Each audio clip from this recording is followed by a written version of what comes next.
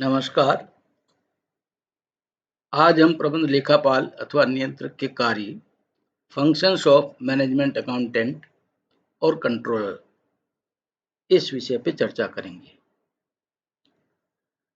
संस्था में प्रबंध लेखापाल, उसका कार्यक्षेत्र बहुत व्यापक होता है।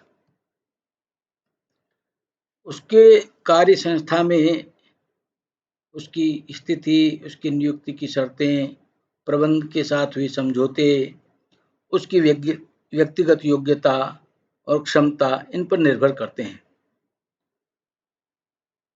प्रबंध लेखापाल का प्रमुख कार्य प्रबंध के सभी स्तरों पे प्रबंधकों को उनके विभिन्न कार्य कुशलता पूर्वक संपादित करने में सहायता देना होता है।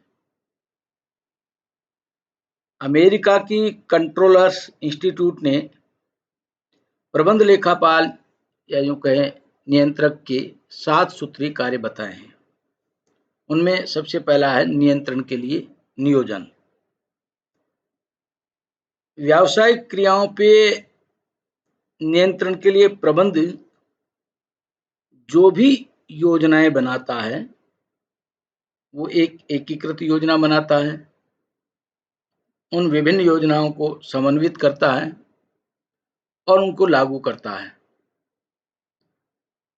इसी तरह व्यवसाय के आकार और आवश्यकता के अनुसार इस योजना में standard costing, expenditure budget, sales forecasting, profit planning, capital investment, इन सबको हम शामिल कर सकते हैं।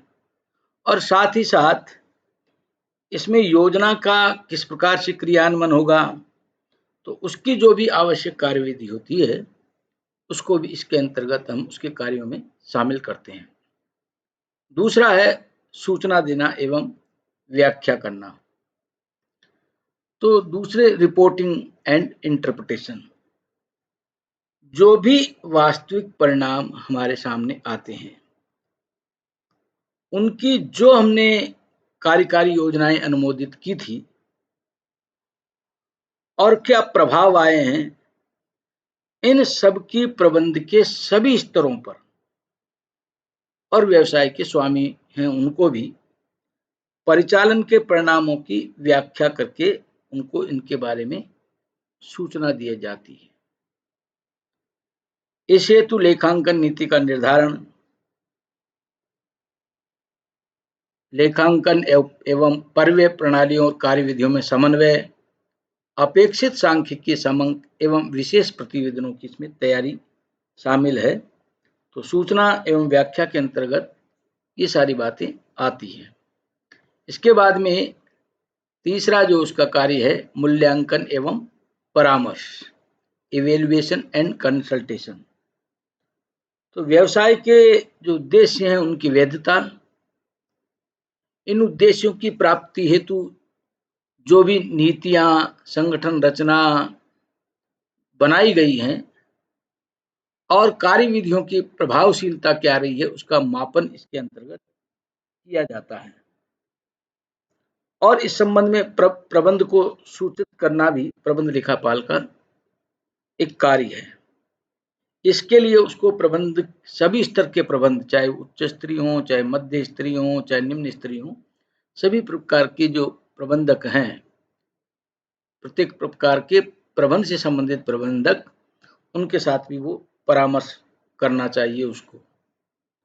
फिर इसके बाद में आता है कर व्यवस्था।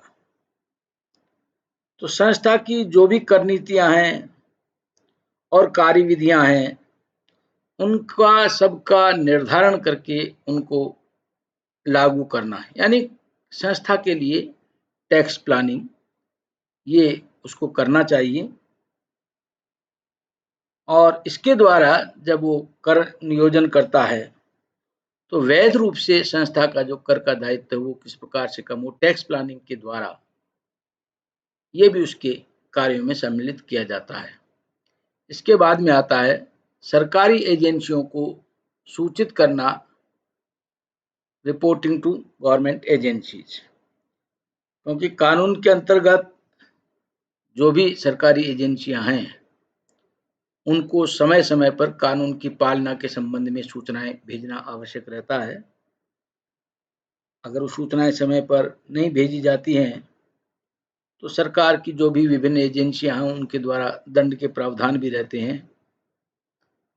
तो वो सारे जो भी प्रतिवेदन होंगे या विवरण हैं जो कानून के अंतर्गत भेजे जाने हैं, उन सबको भी उसे तैयार करना चाहिए, उनका निरीक्षण करना चाहिए, उनमें समन्वय स्थापित करें और उचित समय पे, सबसे बड़ी बात यह है कि उचित समय पर संबंधित सरकारी एजेंसियों को वो प्रतिवेदन और विवरण भिजवा दिए जाएं ताकि संस्था अनावश्यक रूप से किसी भी जुर्माने या कानूनी समस्या में न फंसे, ये इसके लिए आवश्यक है। इसके बाद में अगला आता है संपत्तियों की सुरक्षा, प्रोटेक्शन ऑफ एसेट्स। संपत्तियों की सुरक्षा का काम भी प्रबंध लेखापाल का सबसे प्रमुख कार्य है और इसके लिए वो आंतरिक निरीक्षण, आंतरिक अंकेक्षण या बीमा व्यवस्था उस पर ध्यान दे, क्योंकि अगर ये न हो तो संपत्तियों के खुर्द बुर्द होने का डर बना रहता है। संपत्तियों के अधिकार पत्रों की सुरक्षा भी एक आवश्यक कार्य होता है। अंतिम जो कार्य इसके अंतर्गत बताया गया है वो है आर्थिक मूल्यांकन, इकोनॉमिक अप्रेजल। व्यवसाय की सफलता या असफलता में बाधक कारणों के प्रभाव का मूल्यांकन होना और उनके संबंध में प्रतिवेदन देना, ये प्रबंध लेखापाल का एक कार्य है। इसके लिए उसे सतत सामाजिक और आर्थिक शक्तियां और सरकारी नीतियों का प्रभाव, इसका मूल्यांकन करना चाहिए, क्योंकि एक व्यवसाय पर समाज में होने वाले परिवर्तन, आर्थिक क्षेत्र में होने वाले परिवर्तन, बदलती हुई सरकारी नीतियां, इन सब का भी एक प्रभाव पड़ता है। तो इन सब का उसको मूल्यांकन करते रहना चाहिए, क्योंकि उनका व्यवसाय पर क्या प्रभाव पड़ता है। अगर कोई प्रतिकूलता है तो उस प्रतिकूलता से कैसे बचा जाए, ये उसका एक प्रमुख कार्य होना चाहिए। तो अभी हमने ये जो प्रबंध लेखापाल के अमेरिका की कंट्रोलर इंस्टीट्यूट के द्वारा जो 7 सूत्रीय कार्य बताएं, इनके संबंध में चर्चा की है। अब इस कार्य के अलावा उसके जो दायित्व हैं इसकी भी हम चर्चा कर रहे हैं। रेस्पॉन्सिबिलिटीज ऑफ मैनेजमेंट अकाउंटेंट और कंट्रोलर। जैसा कि अभी भी हम चर्चा कर चुके हैं कि प्रबंध लेखापाल के द्वारा प्रबंध को व्यवसाय के संबंध में सारी सूचनाएं दी जाती हैं और उसके आधार पर प्रबंधक अनेक निर्णय लेते हैं। तो प्रश्न कई बार ये उठता है कि अगर सूचनाओं के आधार पर प्रबंधक कोई गलत निर्णय ले ले तो ऐसी स्थिति में कौन जिम्मेदार है? प्रबंध जिम्मेदार है अथवा प्रबंध लेखापाल जिम्मेदार है? तो ये जो आगे हम ये जो 2 विषय दिए हुए हैं उनके आधार पर हम उसका निर्णय ले सकते हैं। पहला है मामले की स्थिति व सूचना की प्रकृति और दूसरा प्रबंध लेखापाल की स्थिति। अगर लेखापाल पूर्ण सावधानी रखते हुए अपनी जानकारी के अनुसार शुद्ध सूचनाएं प्रबंध को देता है, प्रबंध के समक्ष रखता है ताकि उनका ठीक प्रकार से इंटरप्रिटेशन हो सके, निर्वचन हो सके, तो फिर इसके लिए प्रबंध लेखापाल को हम उत्तरदायी नहीं ठहरा सकते।